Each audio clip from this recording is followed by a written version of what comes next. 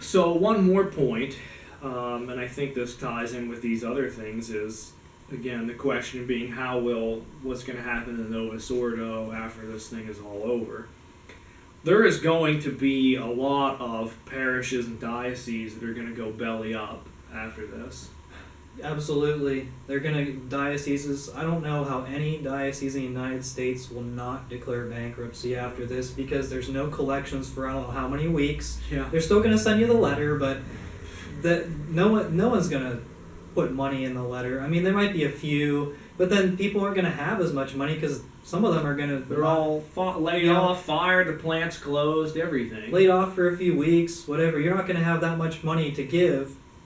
To get what? You're already suspended, so you have no sacrament. So what is your priest and bishop offering to you? They're not giving you Mass. They're not giving you Holy Communion. They're not giving you confirmation.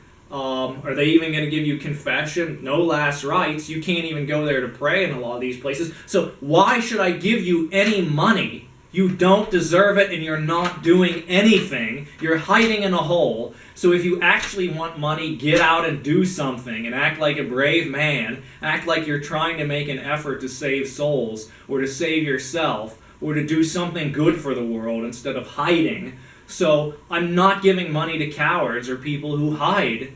Sorry, that's not the way the world works. You don't just deserve this because of some ontological being or entity that you are, because you're not acting like you have this ontological dignity, because you've hidden yourself away and locked yourself up and suspended us all in your cells.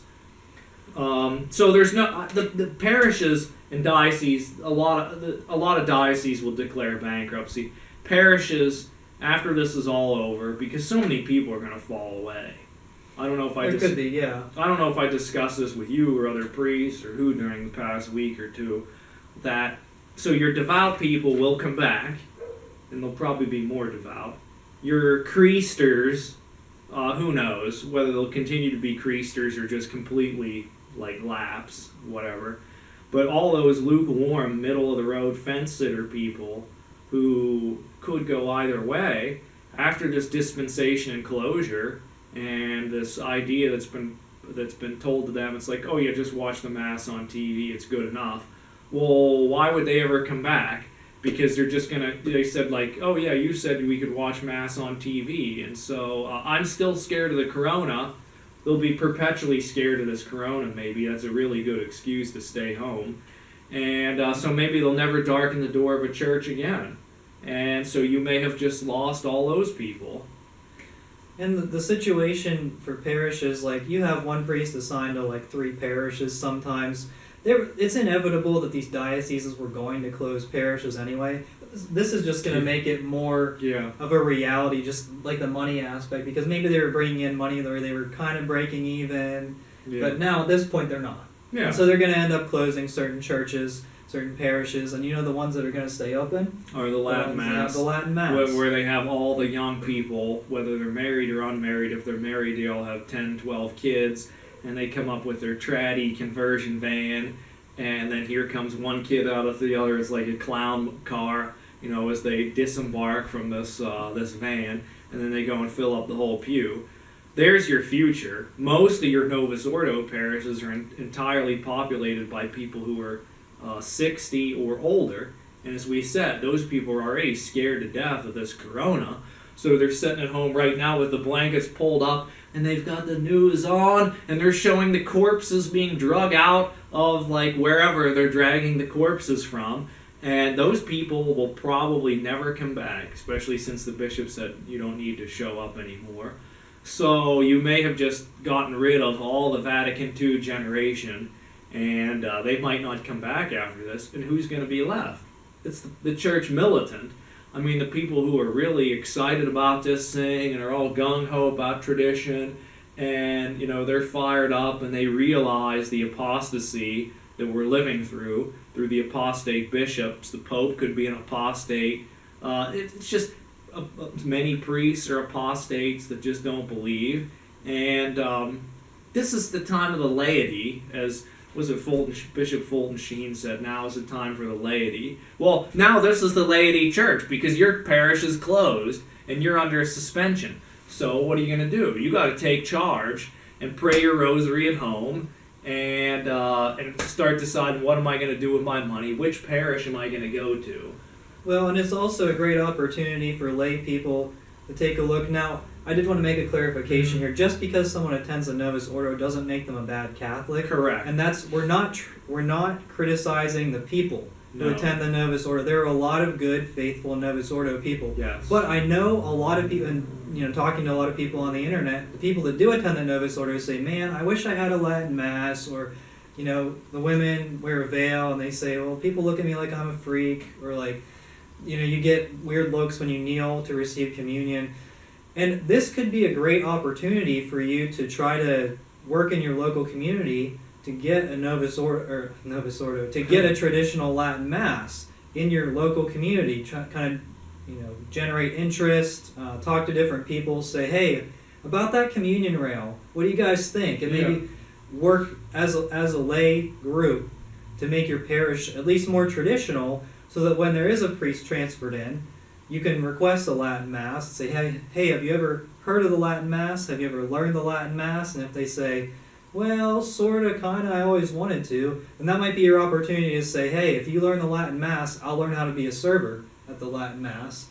And I think this is, a real opportunity for lay people to kind of step Yes. up and take charge. Yes. And tell the priest, we don't have to demand what we want. We can ask nicely, and a lot of priests are accommodating for that. If they're accommodating, and you might have to, we did the shows on the rules for retrogrades, you need to be on the offense now, because again, the other team, the defense is on the field sleeping. So go for deep passes and score touchdowns now.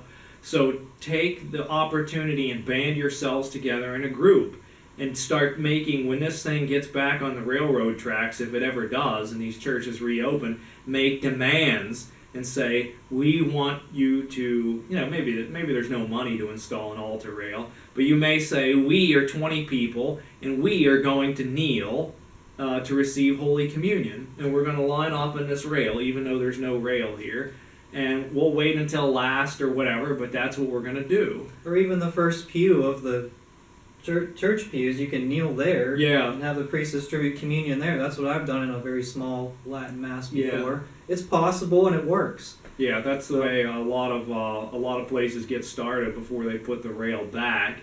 Is they will kneel in the first pew and the priest will distribute the communion there. So it's kind of like a makeshift altar rail.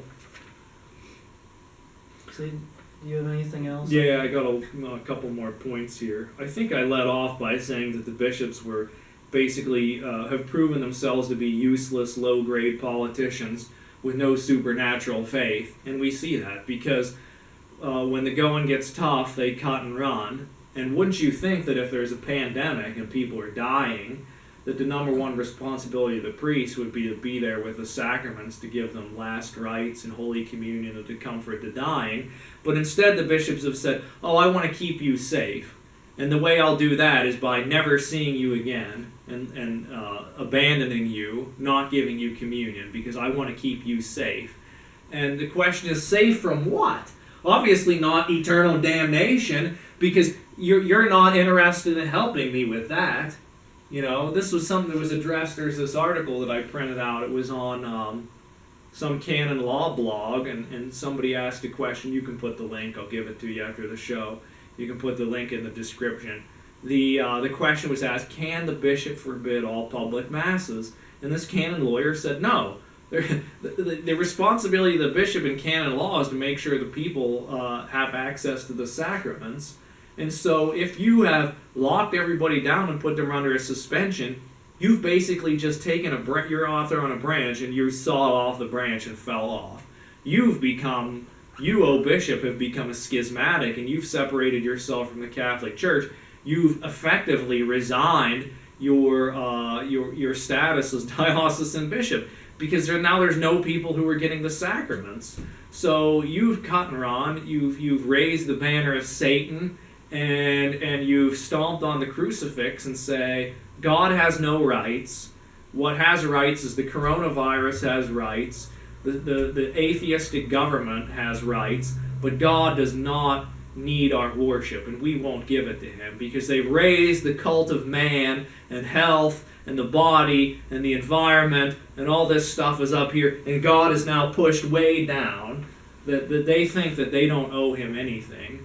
One of the first commands in the Bible that's given to Moses is, I am the Lord your God, you shall have no false gods besides me. In the modern world, the Pachamama people, the diocesan bishops, have elevated health and a good name and the idea of being well looked at because they are concerned about people's well-being. That's way up here. And the worship that's due to Almighty God through the sacraments, the sacrifice and the Mass, that's just thrown down and thrown into a garbage can because that's not really important anymore. That's what they said by their actions and by their words.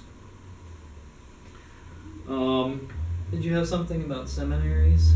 Yeah, so one thing that was one of the first things, this is all about schools, is that when this thing began, the first thing I think around here that happened was schools closed. They said, that's it, everything's going to be computerized learning from home. And I thought, well, this is actually a good thing because now you can close these liberal indoctrination centers, which are run by socialists, whose number one priority is to teach your children how to be LGBT, QA, WXYZ, 1, 2, 3, exclamation point, question mark, caret, whatever the symbol letter is. And now everything's going to happen at home, where hopefully, there'll be some parent who will at least be looking over the shoulder and looking at these lessons, and they would be scandalized if they saw an alphabet soup kind of lesson there coming across the screen or on the papers. So schools are closed. They might never come back. Most kids are effectively homeschooled now, or doing the online. Another thing that's interesting is because now kids are home and they can't ever go out and be around other kids or in a public place because they could get the virus or whatever. So effectively now all women have had to quit their job or whatever now to stay home with their kids. So it might come as a shock, but they might have to spend time with their own children now, as shocking as that might be. And that will have tremendous impact because now parents will be involved with their children, mothers will be home, they can cook a meal, they can supervise their children and their behavior, and the father will come home. There's no more sports to watch, there's no more soccer games for kids, so they have to actually sit down and eat a meal together. As a family, they have to eat a meal and talk to each other. This is so 1950s. Next thing you know, Dad will be sitting in his chair reading the paper, smoking a pipe, while Mom and Sister over there sewing dresses, or whatever you've seen in the pictures from the Baltimore Catechism. Now everybody there is studying their faith after they've smoked their cigarettes and sewn their dresses. All the colleges are closed. So again, everything is done in person, which could be the end of the snowflake culture. It could be the end of a lot of these low-grade colleges where people are, going to say, boy, I'm spending $10,000, $20,000 and I'm just sitting here in front of this computer and I could just read all these books for free. Yeah, and find them on the internet. Yeah, they're all on the internet. So why do I need to pay this guy if I'm just going to read this book? And a lot of these lectures are for free on YouTube. And another one that's interesting is the seminaries are now closed, a lot of them. Our seminarians for this diocese have been sent home. So, will they ever go back? I think they probably will go back. And I put a frowny face here. It's a shame because I think all seminaries should be closed. You can do it all on the internet. So you do that on the internet, you get together on weekends, and you can attend Mass together on weekends, or maybe not, because one of the things that I've been a big proponent of is what happened before the Council of Trent invented seminaries, which was that you have seminarians, men in formation, who were at their home parish. And as they receive these minor orders of porter, lector, exorcist, acolyte, these grades towards the priesthood, that they get more and more responsibility at the parish. So you can actually have clerics, men in formation who have been tonsured. They can be doing what they're supposed to do, which is help at the parish, and it would prevent.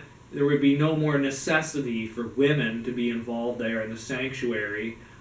Susan from the parish council and the blue-haired old ladies that are extraordinary ministers of the chalice, etc., etc., etc. They're not needed anymore, and you have John Smith, who is third year at the seminary, and he's here all the time because the seminary's closed. So he does his education online. He learns how to be a priest from the parish priest, helps out at Mass, helps out in the rectory, helps out at the hall, meets people, and gets to know them. After all, he's going to be their one of their priests or their pastors someday. So may God grant that these seminaries stay closed, and that these kids, these seminarians, can get a real formation in the real world with real practical knowledge, not to the exclusion of their philosophy and theology studies, but that would be done online.